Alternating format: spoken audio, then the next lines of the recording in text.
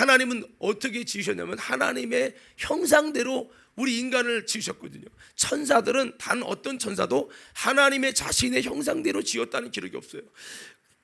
그래서인지 모르겠지만 하나님께서는 우리를 특별하게 사랑하시고 영원히 죽을 수밖에 없는 이 영원한 죽음의 문제를 내가 볼 때는 내가 그걸 대단하게 여기지 않아요. 큰 문제로 여기지 않는데 우리를 정말 너무나도 잘 아시고 보시는 전지하신 모든 것을 아시는 주님의 관점에서, 전문가의 관점에서 볼 때는 우리가 지금 돈이 해결 안 된 것이 문제가 아니고, 여러분 몸이 아픈 이 문제가 큰 문제가 아니라 영원히 죽게 되었다는 거, 죽은 다음에 영원한 심판의 지옥에 들어가서 영원히 고통당한다는 이 사실이 하나님이 보실 때 우리를 바라볼 때 진짜 문제 중에 문제라는 거죠.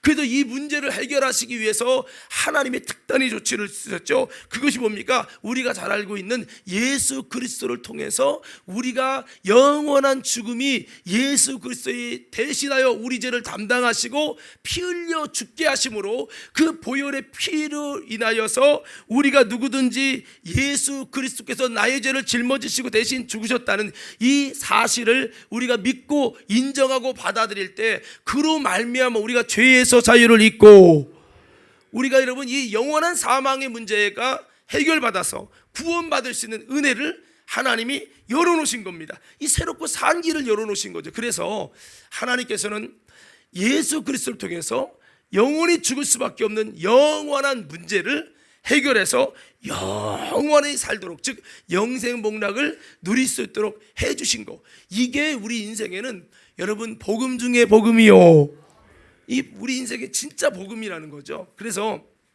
그런 거에 좀 쉽게 좀 비유를 들어보면 어떤 청년이 있어요. 감기 때문에 죽겠대요. 감기가 나섰으면 좋겠다. 근데 보니까 이게 감기가 아니라 암이야, 암이 치료받아야 돼. 나는 다른 것보다 감기만 나서면 된다고. 그보다 더 큰 문제가 보이는데 본인만 모르는 거죠. 우리 인간이 그러는 거죠. 내가 볼 때는 그래, 좋은 사람 만나는 게 나는 최고의 행복이고 복음이야. 나는 딸 자녀 낳는 게 복음이야. 직장 좋은 데 되는 게 복음이야. 사업이 확 좀 열리는 게 복음이야.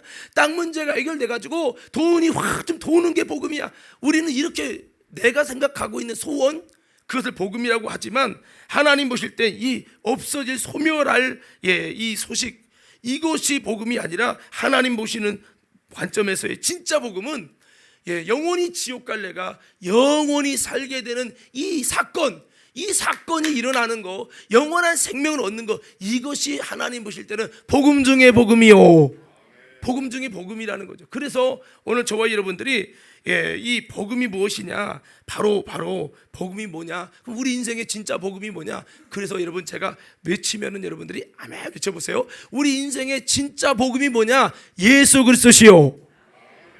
가난한 자나 부한 자나 배운 자나 못 배운 자나 모든 사람에게 꼭 필요한 것은 죄로 말미암아 죽을 수밖에 없는 그가 영원히 사는 것. 어떻게 영원히 사느냐? 오직 예수 그리스도를 통하여 나의 죄를 위해 십자가에 피 쏟고 여러분 정말 고난을 당하시고 저주를 당하신 예수 그리스도의 희생이 없었다면 우리는 죄와 사망에서 나올 수 없거든요. 그러므로 모든 인생이 꼭 필요한 것이 뭐냐면 바로 예수 그리스도, 이 복음이신 예수님이라는 거죠.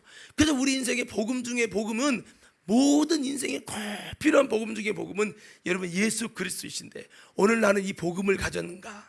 오늘 나는 이 복음을 믿는가? 오늘 저와 여러분 모두가 이 복음이신 예수 그리스도를 굳건하게 붙들고 믿고 그 복음이신 예수님 때문에 내 인생에 진짜 영원히 산다는 이 복음의 역사가 충만하게 이루어질 수 있기를 주의 이름으로 축원합니다. 자, 우리 옆 사람에게 한번 인사해 보십시다. 당신에게는 복음 중에 복음이신 예수님이 계십니까? 성경이 이렇게 말합니다. 그 예수님을 믿으면 그의 아들이 되리라. 믿을 때 그 아들이 우리에게 온다는 거죠. 자, 근데 여러분 예수님이라고 해도 예수님 당시도 예수님이 많았어요. 지금도 대한민국에 내가 예수라는 사람이 200명이나 돼요. 그러니까 우리가 그냥 예수라고 하면 막연하거든요. 오늘 성경에 이 복음이 뭐냐, 우리 인생의 진짜 복음이 뭐냐, 바울은 이렇게 말씀하는데 2절을 말씀해 보니까 이 복음은 하나님의 선지자들을 통하여 그의 아들에 관하여 성경에 미리 약속하신 것이라 그랬어요. 이 복음은 누구에 관한 거라고요? 그의 아들. 그의 아들은 바로 하나님의 아들이라는 거죠. 이 복음이 뭐냐? 그럼 여러분들 하나님의 아들 외쳐보세요. 복음이 뭐라고요? 하나님의 아들이라고요. 이 하나님의 아들이 왜 우리에게 복음이냐? 하나님의 아들을 희생시켜서 정령 죽을 수밖에 없는 우리 지옥 갈 우리를, 심판받을 우리를 심판에서 자유케 하는 구원의 생명의 은혜를 주시고, 그렇게 주시기로 하나님이 우리를 위한 선물을 만드신 거예요. 영원한 선물을 작정하신 거죠. 그래서 그의 아들에 관해서, 즉 아들이 우리에게 여러분 복음인데, 그 아들에 관해서 하나님은 과거의 구약의 선지자들을 통해서, 여러 선지자를 통해서 미리 약속했다는 거죠. 그래서 그의 아들이 와서 영원히 죽을 수밖에 없는 우리의 문제를 그의 아들이 해결할 것이다. 그 아들이 죽으시고 우리 죄와 허물을 가리울 것이다. 여러 가지 예수 그리스도에 대해서 말씀을 했어요. 그 복음에 대해서 말씀했어요. 그러면 이 예수라고 하는 이 복음이 과연 너도 나도 예수가 많은데 어떤 예수를 말하는 것이냐? 우리 3절 말씀을 보니까 이 복음에 대해서 구체적으로 이 말씀을 하고 있습니다. 자, 3절 4절 한번 읽을 건데 먼저 3절을 읽겠습니다. 시작.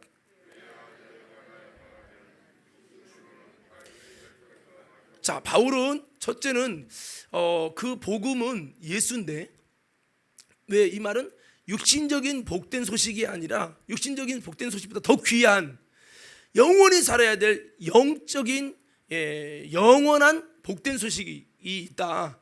그 영원한 복된 소식은 우리가 영원히 죽게 됐다는 거고, 우리가 죄값으로 영원히 죽을 수밖에 없고 영원히 지옥 가야 마땅할 우리인데, 그런 우리를 하나님이 영원히 살리시기 원하시는 하나님의 뜻의 섭리에 의해서 영원히 살 수 있는 복된 역사를 세우셨는데, 그것이 말하면 누구냐면 그의 아들로 말미암아 우리를 영원히 살린다는 거예요. 이해가 되시면 아멘 합시다.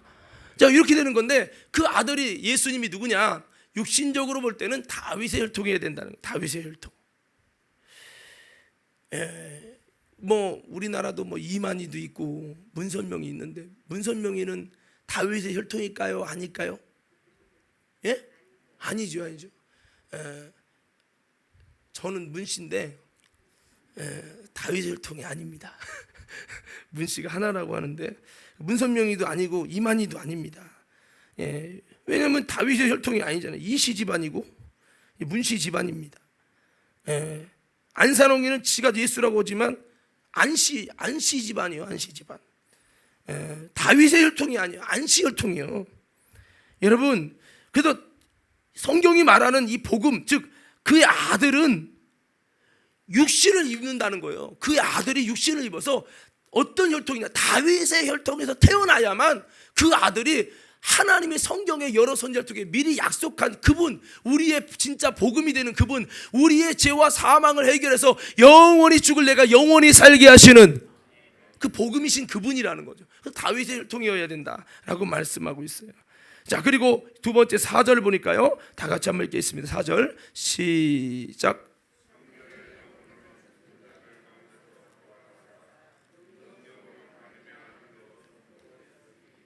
곧 우리 주 예수 그리스도시라. 자, 보세요.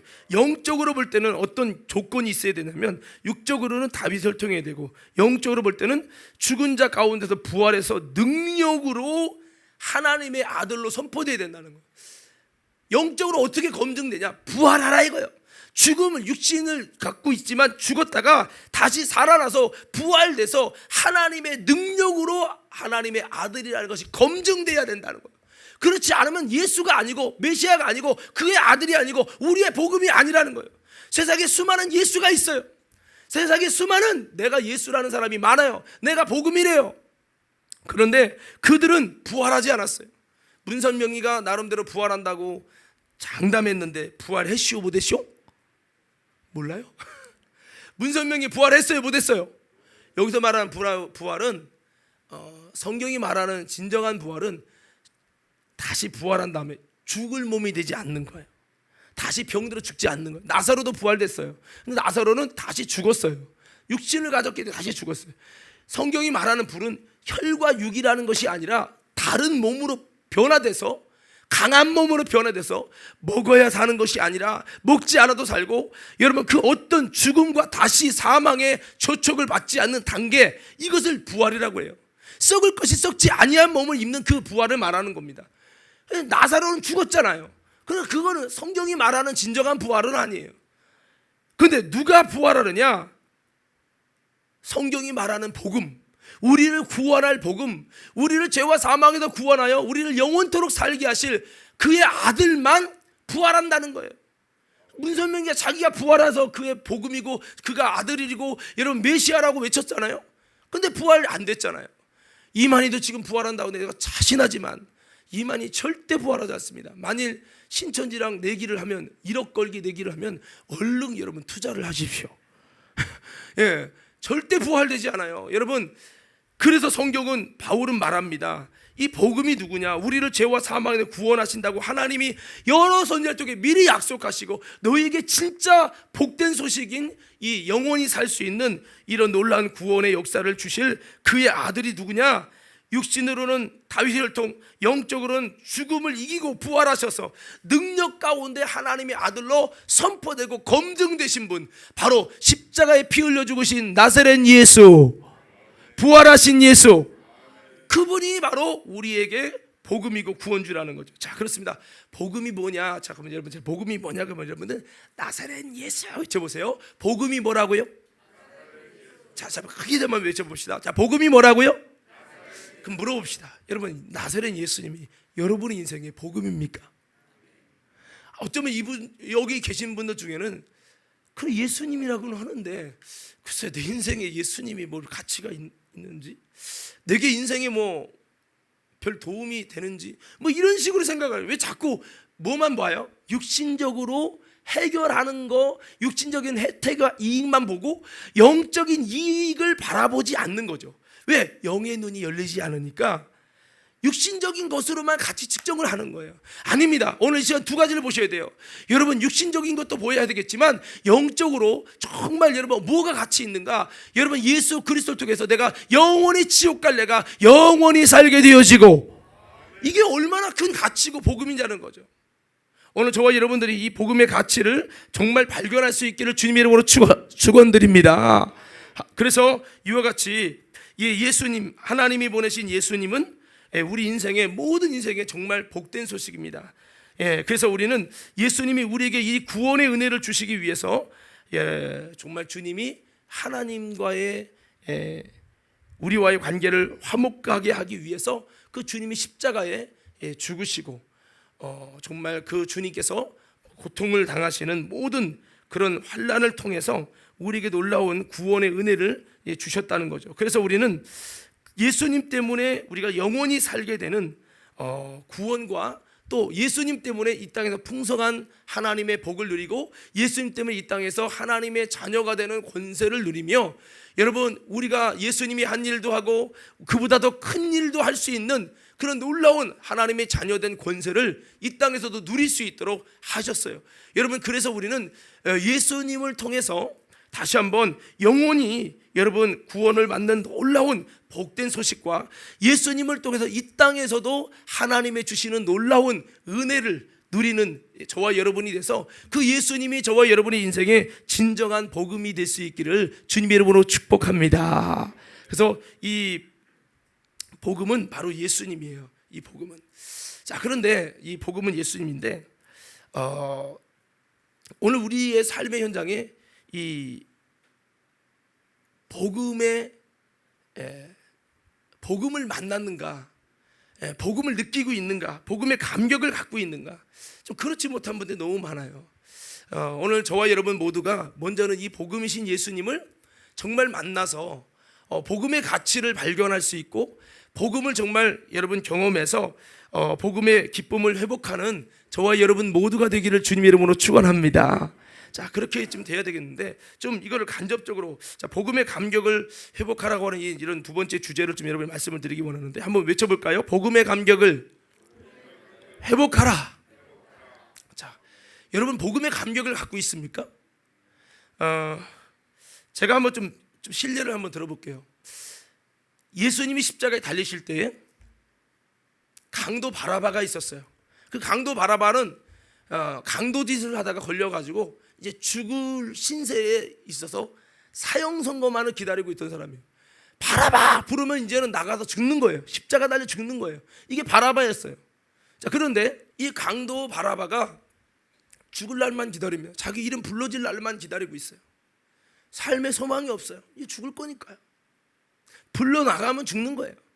그런데 밖에서 어떤 일이 벌어집니까? 예수를 십자가에 못 박아라, 못 박아라. 예수를 십자가에 못 박는다는 이런 내용들이 벌어지더니 갑자기 바라바, 바라바 소리가 나옵니다. 어떻게 됐을까요? 바라바가 앉아있다가 어떤 느낌이 들까요? 아, 죽을 때가 됐구나. 사형의 날이구나. 나갑니다. 끌려나갑니다. 이제 죽겠구나. 근데 갑자기 예수라는 사람 옆에 세웁니다. 근데 사람이 바라바, 바라바, 나 죽인다는 거 아니야? 그러고 봤더니 예수를 십자가에 못 박고 바라바를 유대인의 명절로 놔주라는 거예요. 어머? 내가 놔주고 나 대신 누가 죽어? 예수가 죽는단 말이야? 대박. 그들이 진짜 유대인들이 싫어하는 나였는데 갑자기 예수를 더 싫어해서 예수를 대신 죽이고 바라바를 놔준다는 거예요. 죽은 줄 알고 사형이다 생각하고 마음 정리 다 했는데 갑자기 살아났어. 누구 때문에요? 예수 때문에 살아났어. 허더리 진짜 예수님을 채찍질하고 예수님 십자가에 못 박아 죽이고 바라바를 살아난 거야. 야, 운이 너무 좋아졌어. 야, 대박이야. 이거 세상 말로 재수가 너무 좋아. 야, 하면서도 마음이 사실 여러분 좀 그냥 기쁘기만 할까요? 좀 짠할까요? 예? 짠하죠. 왜? 원래 내가 죽는 건데 누가 죽었어요? 저 예수라는 사람이 죽고 내가 살았어. 예수라는 사람이 죽고 내가 살았어. 여러분, 이 강도 바라바의 그 심경이 어땠을까? 여러분, 죽기로 작정됐는데 갑자기 예수라는 사람이 대신 죽어서 내가 살았잖아요. 얼마나 여러분 감격이 있고 얼마나 감동이 있고 제2의 인생을 살 때 얼마나 마음이 기쁘겠어요. 오늘 여러분, 이 강도 바라바의 이 사건이, 강도가 살아난 이 사건이 우리의 사건과 거반 다른 게 아니에요. 우리랑 다른 게 아니란 말이에요. 여러분, 우리가 정녕 죽어야 될 우리가 예수 그리스도가 대신 죽으시고 그분이 대신 형벌을 받으시고 그로 말미암아 저와 여러분이 영원히 살 수 있는 하나님의 구원과 은혜를 입게 되어지고 그랬다는 거죠. 이것이 머리로 들을 때는 그렇다는데 나도 머리는 다 들었어. 근데 이해가 안 돼. 왜 안 만났기 때문에, 왜 경험되지 않았기 때문에. 오늘 사랑하는 성도 여러분, 다시 한번 여러분 회개를 통해서, 믿음을 통해서, 기도를 통해서 주님을, 이 복음이신 주님을 경험할 수 있기를 주님의 이름으로 축원합니다. 경험한 당사자는 이 강도가 너무 마음에 미안하면서도 감사한 마음이 있었던 것처럼 똑같아요. 이것을 경험한 사람 너무 기쁘고 감사한 거죠. 또 보세요. 요한복음 8장에 보면 가늠한 여인이 현장에 잡혔어요. 율법적으로 돌을 쳐 죽여야 돼요. 붙들렸어요, 율법사들한테. 그래서 이제 돌로 쳐 죽인대요. 공교체형을 받을 차례예요. 이제 인생 끝났구나. 그래, 나는 죄 짓고 이렇게 죽는구나 하고 지금 기다리고 있습니다. 근데 이 사람들이 이 가늠한 여인을 좀 보기 좋게 죽이려고 예수님께로 끌고 왔어요. 예수님 보세요. 이 여인이 현장에서 가늠받아 잡혔습니다. 모세의 율법에는 돌로 쳐 죽이려 했습니다. 그래서 우리가 돌로 쳐 죽일 참입니다. 잘 보십시오. 우리 돌로 쳐 주려고 했는데 예수님 말합니다. 이 중에 죄 없는 자가 돌로 치라. 뭔 소리 하는 거예요 이게? 그러면서 땅바닥에 그들이 죄를 막 씁니다. 보니까 자기 죄가 다르더라. 자기도 돌 맞아 죽게 생겼네. 그래서 사람들이 돌을 하나씩 다 놓고 간 거예요. 이제 예수님과 여인만 남았습니다. 죽다가 살아난 거죠. 그런 상황인데 부끄러워서 감히 눈을 들지 못하는데 여인에게 묻습니다. 누가 너를 정죄하는 자가 있느냐? 없나이다. 나도 너를 정죄하지 않으니 가서 이제 다시는 죄를 범하지 말라. 이제 마음대로 죄져도 예수님 안에서 다 되는 거야. 이게 아니라 그 여인은 뭐 어떤 은혜를 입었어요? 죽어야 되는데 마지막인데 다시 살아나는 은혜를 입고, 누구 때문에요? 예수님 때문에. 죽어야 끝나야 돼요. 그냥 사망이에요. 근데 예수님 때문에 지금 다시 살아날 기회를 얻은 거예요. 그리고 예수님도 정죄하지 않고 너를 의롭게 놔줄 테니까 다시는 죄를 범하지 말고 이제 하나님의 부르심을 향해 달려가는 자가 되라고 했어요. 이 가늠한 여인이 죽다가 살아서 예수님 때문에 몰매 맞고 죽을 것이 안 죽고, 예수님도 내가 너를 정죄하지 않는다고 하시고 그를 자유케 해주시고 나갈 때 이 여인이 그냥 삶의 현장으로 돌아가면서 어떤 기분일까요? 기분 들어올까요? 얼마나 큰 감격일까. 여러분, 이런 경험들을 저와 여러분들이 예수님과 나와의 관계 속에서 만나고 회복할 수 있는 저와 여러분 모두가 되어지기를 주님의 이름으로 축원합니다. 제가 물어볼게요. 여러분, 예수님을 믿으시는 분, 예수님이 나의 죄를 위해 죽으시고 예수님이 정말 나를 구원한 복음 중에 복음이다 라고 하는 이 진리를 믿으시는 분 아멘 하십시다. 예. 여러분, 그 믿는다면 우리가 이 복음을 가진 거예요. 그럼 이 복음을 갖고도 우리는 행복해하지 못할 때가 있어요. 제가 청년들한테도 이런 질문을 했고 여러분에도 전에 한번 물어봤는데, 자, 김병환 권사님 요즘 사업이 쉽지 않죠? 예. 권사님이 많이 지나가다가 뭔가 종이 쪽지 주셨더니 로또 복권이야. 근데 그것이 보니까 이번에 당첨된 로또 복권 50억짜리야. 그게 당첨됐어요. 그러면은 그것을 가져서 나중에 확인해 보니까 진짜 50억이에요. 대박 났잖아. 얼마나 좋겠어요. 좋아요, 안 좋아요? 만약에 그게 되면 좋죠. 자, 그런데 제가 전에도 한번 비유를 썼습니다만, 가다가 로또 복권을 오른쪽 주머니에 넣고 왼쪽 주머니에다가 지갑을 놨는데 그 지갑에 50만 원 들었고 신용카드도 있어. 근데 지갑을 가다가 잃어버렸네. 너무 이거 로또 복권 신경 쓰다가 지갑을 잃어버렸어. 50만 원도 잃어버리고. 그러면 김명환 권사님, 기분 더러워요? 그래도 행복해? 예? 그러면 지갑 잃어본 것 중에 상처가 돼요? 상처가 안 돼? 안 돼. 왜 그러죠?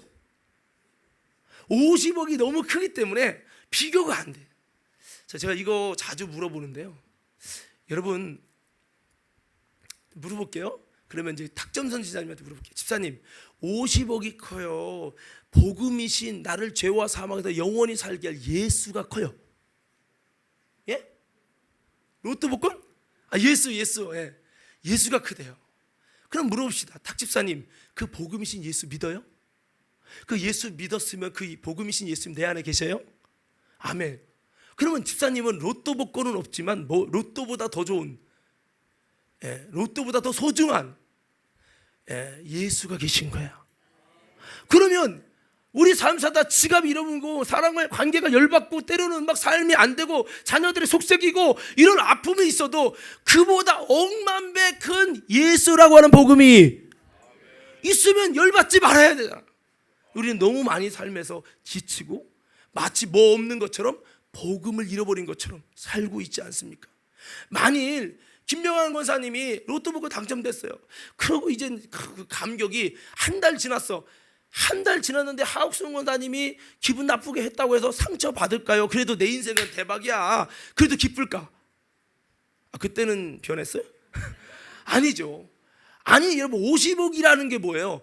10년 동안 벌 수 있고, 아니 평생 벌어도 못 벌 거를 해결받았으니까, 이미 정말 100년 동안의 수고를 해결받았으니까 이 기쁨이 있기 때문에 삶에서 가다가 똥을 밟아도, 가다가 여러분 갑자기 막 교통사고가 나서 옆에 뒤를 봐도 차가 좀 500만 원 나가도 그까지 것이 더 큰 여러분의 기쁨을 해칠 수가 없잖아요.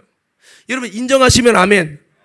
그러면 여러분, 예수 그리스도를 내가 가졌다면, 복음이신 예수님을 내가 만났다면, 여러분 우리 속에 이 기쁨이 있어야 되는 거 아니에요? 오늘 여러분 이 기쁨을 회복할 수 있기를 주의 이름으로 축원합니다. 제가 목사지만은 저도 이런 거 이렇게 들으면 이해는 되는데 요 속에는 그 기쁨이 없는 거예요. 그래서 복음이신 주님을 성령으로 만나고, 우리가 여러분 복음을 통해 만나요. 그래서 가슴이 뜨거워지고, 정말 예수님 계시고, 이 복음이라는 말이 그냥 동화책에서 나오는 얘기가 아니라 실제구나. 야, 내가 병이 고쳐진 것보다 예수님 때문에 영원히 죽을 내가 영원히 살게 됐다. 이 사실, 이 진리를 온전히 깨닫고 내 속에 복음이 있구나. 예수님이 나의 죄를 씻어주시고 하나님의 자녀로 삼으셨구나. 이거를 발견하게 되면요, 감격의 눈물을 안 흘리지 않을 수가 없어요. 우리의 현대인의 문제는 이 복음의 감격의 감격을 자꾸 잊어버리고 산다는 거예요. 살아오늘 이곳에 있는 모든 저와 여러분, 우리가 코로나도 있고 코로나로 여파로 직장이나 모든 경제의 어려움도 있고 사람과의 관계의 어려움도 다 있어요. 하지만 무엇보다 우리는요, 예수님의 복음 중의 복음, 이 세상에서 유한한 복음이 아니라 영원한 복음이신 예수 그리스도, 그를 믿음으로 그 주님을 통해서 내가 복음이신, 로또보다 소중하신 그 복음이신 예수님을 믿음으로 내 안에 복음을 소유하고 있고, 소유하고 있는 것에 대한 감사함을 가지고 살아가는, 감격을 가지고 살아가는 저와 여러분 되어지기를 주의 이름으로 축복합니다. 만약 그 감격이 없다면 하나님께 이렇게 기도해 보세요. 한번 외쳐봅시다. 주여. 다시 한번 크게 외쳐봐요. 주여, 내게도 복음의 감격을 다시 한번 회복시켜 주옵소서. 여러분, 이 복음의 감격을 만나면 얼마나 예수님이 좋은지 몰라요. 제가 군대에서 군악대 가가지고 그렇게 매 맞으면서도 어려움 당하면서도 제가 2등병 때 상병 한 5봉 정도 되는 고참이 그랬어요. 야, 너는 맨날 힘들게 사는데 넌 뭘 그렇게 제일 좋아하고 또 너가 가장 소중하게 여기는 게 뭐니? 라고 물어봐서 제가 가장 나한테 해주고 싶은 말이 뭐야? 그래서 내가 이 복음에 대한 얘기를 했어요. 그래서 그러면서 그 사람이 교회 안 다니지만, 야, 너는 그래도 그게 예수가 그렇게 좋니? 막 그러면서 제가 나는 너무 좋은 예수님을 정말 이렇게 착한 선배, 그 고차님한테 말씀해주고 싶고 그렇다는 얘기를 쭉 했더니, 얘는 아주 예수님에게 푹 빠져 사는 사람인가 보다 하면서도 저를 제게 달래주면서도, 야, 어떻게 들어보니까 참 일리는 있다, 이렇게 좀 얘기를 좀 한 기억이 있는데, 복음의 감격에 빠지면 여러분, 그 예수님이 그렇게 좋고 내가 예수님을 소유해서 내가 영생을 얻었다라고 하는 이 기쁨이 너무나도 내 삶의 화제가 되죠. 여러분, 근데 이렇게 구원의 감격을 가진 자들도요, 삶을 살아가면서 죄를 짓고 하나님과 멀어지면 이 구원의 감격이 점점 식어간다는 거예요. 식어가다 보면 완전 세상 사람이 돼요. 다윗이 그랬죠. 나름대로 구원을 받고 그 하나님의 임재를 만나고 하나님이 함께 하신 은혜를 경험하면서 행복한 삶을 살다가 그가 여러분 죄를 범합니다. 밧세바를 범하고 우리아를 죽이고 죄를 은폐하면서 자기를 속이면서 그렇게 되는 상황 가운데 죄를 자꾸 졌더니 어떤 일이 일어납니까? 그 안에 복음의 감격이, 은혜의 감격이 점점 죽기 시작하는데 기도에도 하나님이 나타나지도 않고 마음속에 하나님이 나를 구원하신지 아는지 또 헷갈리기 시작하고, 그래서 그가 나중에 뭐라고 됩니까? 찬양에 이런 찬양이죠. 정결한 마음 주시옵소서. 오호 주님, 정직한 영을 새롭게 하소서. 나를 주님 앞에서 멀리하지 마시고, 그다음 뭐지? 주의 성령을 거두지 마옵소서. 그 구원의 기쁨을 다시 회복시키시고 변치 않는 마음 내 안에 주소서. 여기서 보면 그 구원의 기쁨을 다시 회복시켜달라고 기도합니다. 뭡니까? 우리가 여러분 아무리 감격을 경험해도 또한 세상으로 나가고 변질돼서 죄악의 길을 걸어가면 그 감격을 잃어버린 채 우리는 살아갈 수밖에 없어요. 그 감격을 잃어버리고 살아가면 우리는요 아주 힘없는, 여러분 폐단병처럼 그런 모습이 되어진다는 거죠. 오늘 이곳에 있는 사랑하는 모든 성도 여러분, 다시 한번 이 시대에 구원의 감격 또 복음의 감격을 다시 한번 회복하고 내 인생에 예수 그리스도라는 이 복음의 가치, 숨겨진 보화의 가치를 다시 한번 성령 안에서 발견하고 그 감격 속에서 험한 모든 삶의 아픔들을 능히 이겨갈 수 있는 저와 여러분 되기를 주의 이름으로 축원합니다. 할렐루야. 만약에 우리 주호 형제에게 이런 다이아몬드를 줬어요. 이게 시가 20억짜리야. 제가 예전에 한번 성지순례 갔나요? 뭐 갔어요. 뭐 갔는데 성지순례가 아니라 아프리카 갔나 봐요. 거기 탄자니아를 갔는데 거기서 뭐 괜찮은 거 한번 구경하다 갔는데 요만한 시퍼런 돌이 있더라고요. 그래서 이 시퍼런 돌을 보니까 이게 얼마였더니 수십억이래. 이게 뭐이까지 돌멩이가 비싸냐고 했더니 알지도 못하던 다이아몬드도 아닌데 했더니 이게 탄자나이트라고 전 세계에서 여기밖에 안 나는 보석인데 엄청 비싸대요. 그래요? 야, 이 돌멩이 하나가 이 몇 수십억이네. 이러고 왔어요. 자, 제가 이걸 얘기 왜 하냐면 이 탄자나이트 들어보지도 못한 것을 만약에 우리 주한테 줬다 줍시다. 이거 수십억이니까 버리지 말고 진짜 힘들 때 써. 했는데 아무리 그걸 모셔놓고 있어도 쌀도 안 나오고 돈도 안 나오고 그것이 가치는 있다고 하는데 가치를 못 느끼는 거야. 그럼 이걸 팔아버려. 그래도 가져야 되나 팔아야 되나. 내가 봐도 아무리 봐도 내가 볼 때 가치가 없어 보여. 마치 우리가 귀중한 예수 복음을 소유하고도 이 가치를 못 발견해서 팔까 말까 이렇게 느끼지 못하고 있는 그런 삶을 우리가 살아가는 건 아닌가. 사랑하는 성도 여러분, 다시 한번 숨겨진 보화의 이 복음의 놀라운 비밀을 저와 여러분이 다시 한번 발견해서 이 기쁨과 감격을 회복할 수 있는 우리 모두가 되어지기를 주님의 이름으로 축복합니다. 저희 집에 이사 갈 때 우리가 전에 우리 결혼했을 때 우리 아버님이 수석을 돌을 모으시는 좀 분이세요. 근데 그 돌이 비싼 돌은 몇백만 원도 하고 그런데요. 그래서 그 돌을 받았어. 그래서 그 올려놨는데 나는 돌에 관심이 없잖아요. 근데 그거를 받았는데 그거를 내가 팔 줄 모르니까 돈이 되는 거 돈다고는 들었지만 어떻게 팔지 모르니까 모션만 놓고 있는 그 장식장에 어떤 제가 이사 올 때 어떤 목사님이 그 돌 한만 원만 달라고 막 그러셨어요. 이게 그 전국에서 거기만 선만 나오는 돌이거든요. 그래서 그랬는데 그렇게 달라고 하니까 이게 귀한 거구나. 버리지 말고 갖고 와야지. 갖고 왔어. 근데 살다 보니까 지금 이제 뭐 15년 넘게 살았는데 이 돌이 나한테 해주는 게 없어. 무겁기만 하고. 그래서 이번에 이사 오면서 이 돌을 창고에다 넣어놨는데 지금 아마 창고에 있을 겁니다. 아니다, 우리 집에 갖고 왔구나. 집에 갖고 왔는데 버리자니 아깝고. 제가 왜 이런 얘기를 하냐면 이게 하나에 몇백만 원짜리도 있어요. 나는 그 가치를 모르고 안 믿어지는 거야. 우리 아버님은 얼마 전에 뭐 그걸 뭐 100만 원 정도에 팔았다나 뭐 그랬대요. 근데 내게는 그게 안 믿어지는 거야. 무슨 얘기를 하냐면 때로는 우리가 예수를 믿었어요. 예수 믿으면 천국 간다니까. 복음을 믿고도 복음의 가치를 몰라갖고 우리가 로또 복권을 발견했다고 하는 그거는 실제적인 기쁨을 갖고 있지만 예수님이라는 영적인 놀라운 이 기쁨은 자꾸 느끼지 못해갖고 여러분 감사함도 감격도 기쁨도 놀라운 이러면 비전도 잊어버리고 저처럼 그냥 하나의 돌멩이 갖고 다니는 거 쓸모없는 돌멩이 저거 버려야 되는 거 아니야? 라는 것처럼 우리가 예수님을 한 속에 처박아 놓고 여러분 복음을 한쪽에 처박아 놓고 예수 믿는 거지 내 삶에 아무런 행복도 시너지도 여기지 못한 채 살아가고 있는 그런 나는 아니냐는 거죠. 사랑하는 믿음의 성도 여러분, 다시 한번 이 복음을 더 깊이 만날 수 있는 저와 여러분 모두가 되어지기를 주의 이름으로 축원합니다.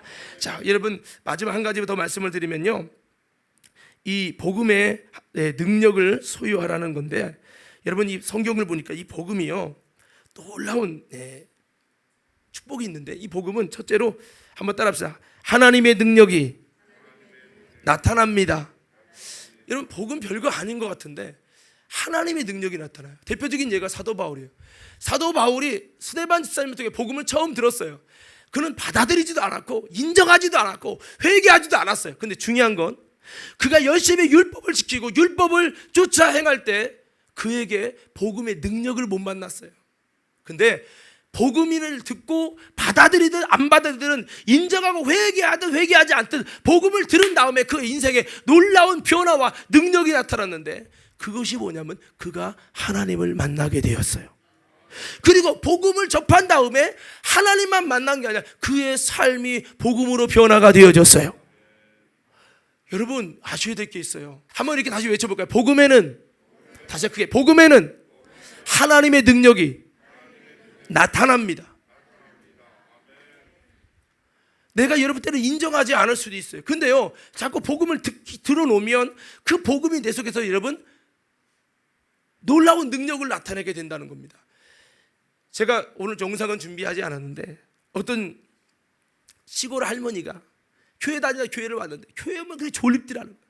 저기 뒤에서 맨날 조는 거야. 1년을 잤대요.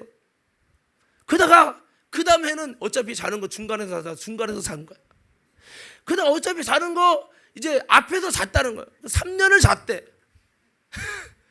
그분은 설교 거의 가끔 자다가 가끔 일어나서 들으면 그래 이러고 또 자고. 근데요 3년 지난 다음에 성경을 암송을 하고 해서 성경도 그냥 아이고 내가 어떻게 외우냐고. 그런데 외우기 시작하면서 또 여러분 그러면서 그의 인생에 놀라운 변화가 있는데 병이 치료가 되어지고 본인이 학교도 안 나온 사람인데 성경 구절을 막 외우기도 하는데 시골 할머니인데 대박 나는 건데 그분의 간증 들으면 이제 참 복음의 능력을 다시 한번 느끼게 되는 거예요. 그분은 설교를 들은 게 아니라 그냥 교회에 와서 잤대. 제가 여러분 존다고 깨는 거는 여러분 자꾸 복음을 들으라는 얘기지만 괜찮아요. 여러분 자도 교회는 뭐예요? 복음을 담고 있는 것이요. 복음이 선포되는 것이요. 이게 중요한 거예요. 중요한 거. 그래서 여러분 지금 당장 수입이 없고 안 느껴지고 복음이 안 만나지는데 무슨 놈의 복음의 능력이야. 아무것도 느껴지지 않았고 만져지지 않아도 여러분 이 복음이 언제 어느 순간에 여러분에게 능력으로 역사하실지 모르는 거예요. 모르는 거예요. 바울은 이 복음을 듣고 나서 인정도 안 했지만 그 복음의 능력이 그를 사로잡아 버렸고 그의 인생과 가치관을 바꿔버렸고 그가 이제 복음을 위해 충성하며 살 수 있는 하나님의 사람으로 변화되어지고 그랬어요. 그래서 저는 여러분에게 여러분 복음에는 능력이 있다. 여러분 내가 정말 은혜롭게 안 들어도요 일단 복음을 계속 들어서 복음을 가까이 해서 그 복음의 능력을 만나는 믿음의 주인공들 모두 되어지기를 주의 이름으로 축원합니다. 복음에는 능력이 있어요. 요한복음 15장에 보니까 이 복음을 들으면 우리 속에 있는 죄가 없어지고 죄가 사라진다는 거예요. 여러분 복음은요 여러분 우리가 인정하지 않아도 우리 속에 있는 죄를 파괴시키는 능력이 있습니다. 죄를 파괴시킨다는 거예요. 지금 당장은 안 될 수도 있어요.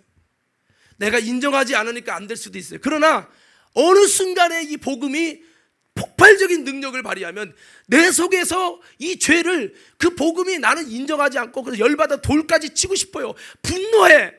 근데 분노해도요 복음이 일단 들어가고 복음이 선포되잖아요. 그럼 복음이 어느 순간에 능력이 나타나면요 여러분의 생각을 뒤집어 놓고 완전히 변화시켜요. 이 복음을 통해서요 뭐 병이 고쳐지는 사람, 담배를 끊고 술을 끊는 사람, 중독에서 자유케 되는 사람, 수많은 사람. 성경은 말합니다. 우리가 거듭난 것은 없어질 것으로 거듭난 게 아니라 항상 살아있는 말씀, 복음을 통해서 우리가 거듭나여지고 복음을 통해 거듭난다는 거예요. 그래서 이 복음은 놀라운 역사가 있어요. 거듭나게 합니다. 한번 따라합시다. 복음은 거듭나게 하신다. 그래서 여러분 우리가 다시 한번 이 복음을 가까이 하고 복음에 관심을 가지고 이 복음의 놀라운 하나님의 능력을 만나고 소유하는 믿음의 축복의 주인공들 되어지기를 주의 이름으로 축원합니다. 그러나 귀향이면 이 복음 앞에서 그냥 바울처럼 하나님의 능력으로 역사하시면 믿고 이렇게 하지 말고 귀향이면 마음을 열고 복음을 가까이 하는 자, 복음과 상관되어 수 있는 사람, 이런 사람이 더 복음의 큰 능력과 역사가 일어나거든요. 잘못하면 가룟유다처럼 복음 곁에는 있었지만 복음의 놀라운 은혜 안에 들어가지 못하는 자가 될 수 있다는 것을 기억하며 귀향이면 교회에 와서도 이런 방관자가 되지 말고 구경꾼이 되지 마시고 복음을 가까이 하며 복음의 귀를 기울이는 저와 여러분 되어지기를, 복음을 우리 마음속에 잘 여러분 만나기를 사모하는 열정으로 세워지는 우리 모두가 되어지기를 주의 이름으로 축원합니다. 복음이 들어갈 때 우리의 삶도 가치관도 이론도 확 바꿔놓는 거죠. 복음은 겨자씨 같은 누룩 같은 놀라운 파괴적인 힘이 있어요. 여러분 그래서 이 복음은 이렇게 놀라운 역사가 있고, 두 번째는 복음은 한번 따라해 봅시다. 하나님의 의가 나타난다. 자, 우리 로마서 1장 17절 말씀 다 같이 한번 읽겠습니다. 로마서 1장 17절의 말씀입니다. 시작.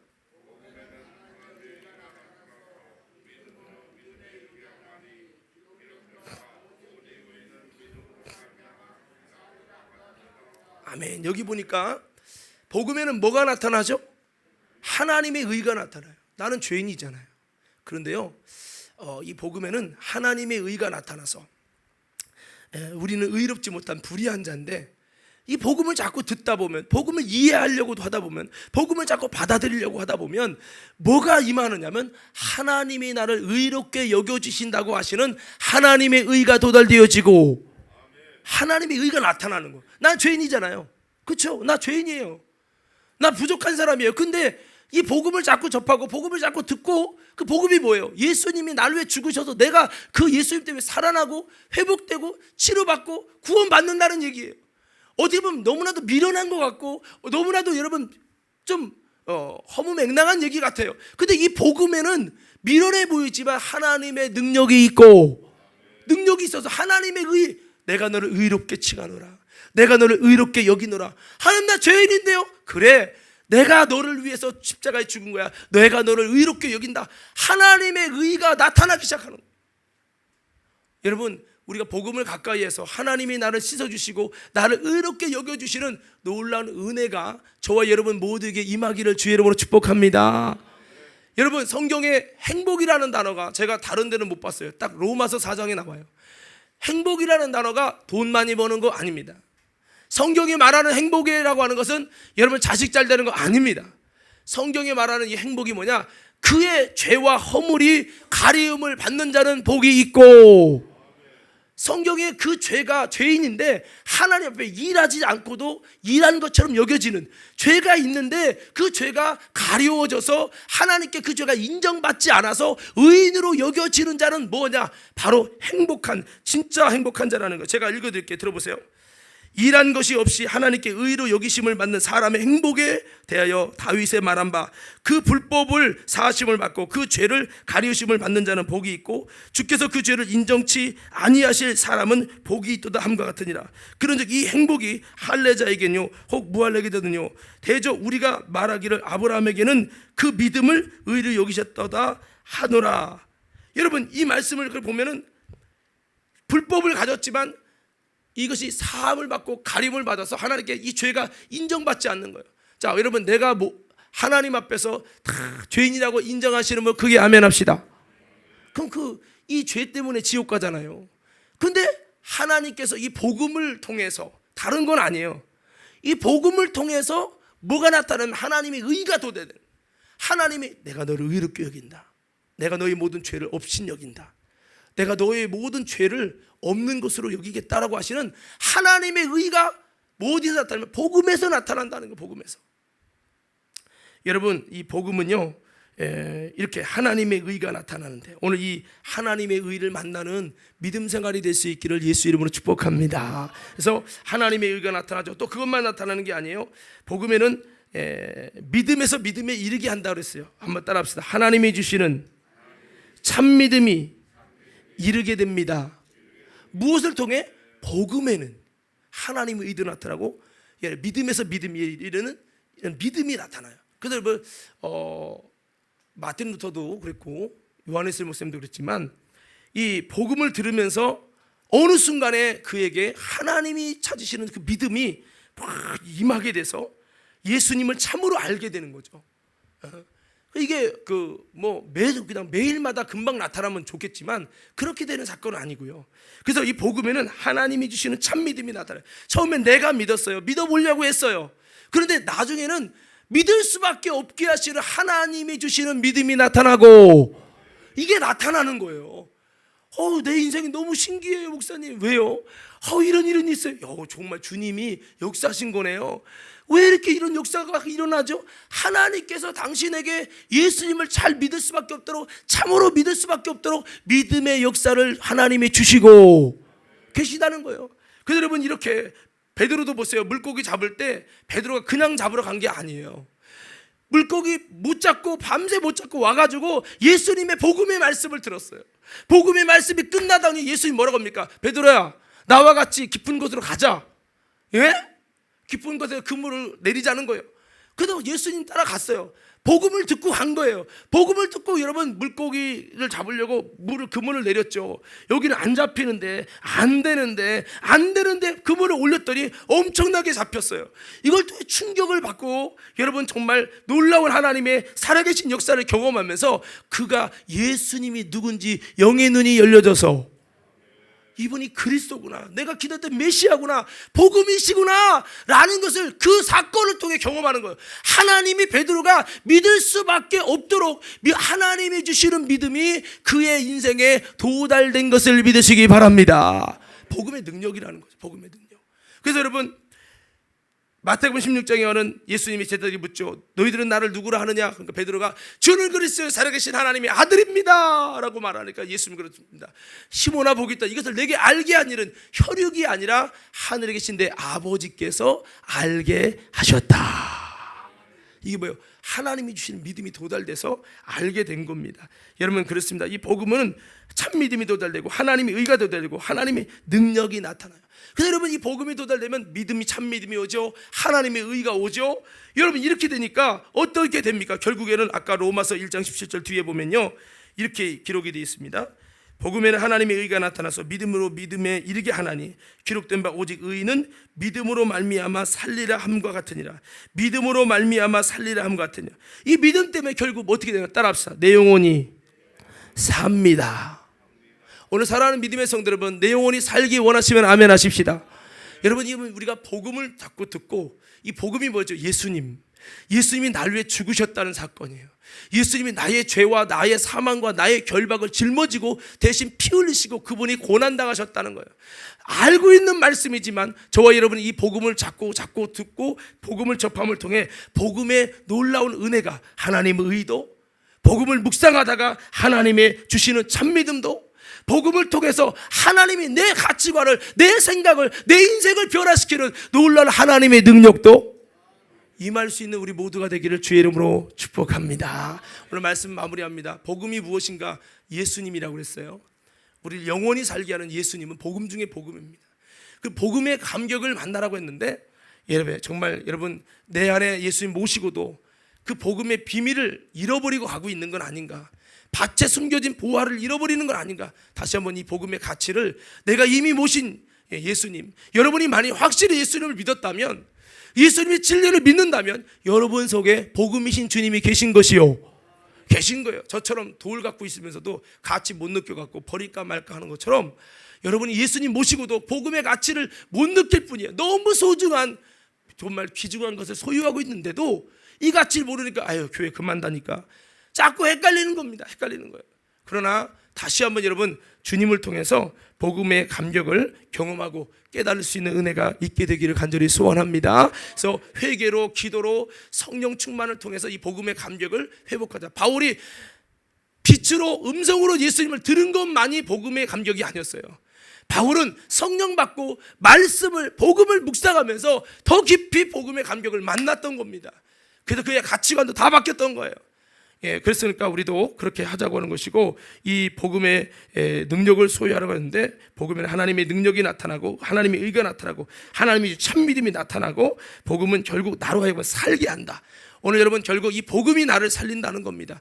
오늘 아무쪼록 저와 여러분들이 오늘 또 주님 내게도 복음을 주시고 복음을 가까이 하여 복음을 자꾸 묵상함을 통해서 하나님 내 안에 복음의 능력과 복음의 역사와 복음의 놀라운 축복이 넘쳐나는 인생 되게 해달라고 기도하며, 오늘 또 여러분 복음의 놀라운 축복 안에 살아가는 우리 믿음의 모든 성도들 되어지기를 주의 이름으로 축원합니다.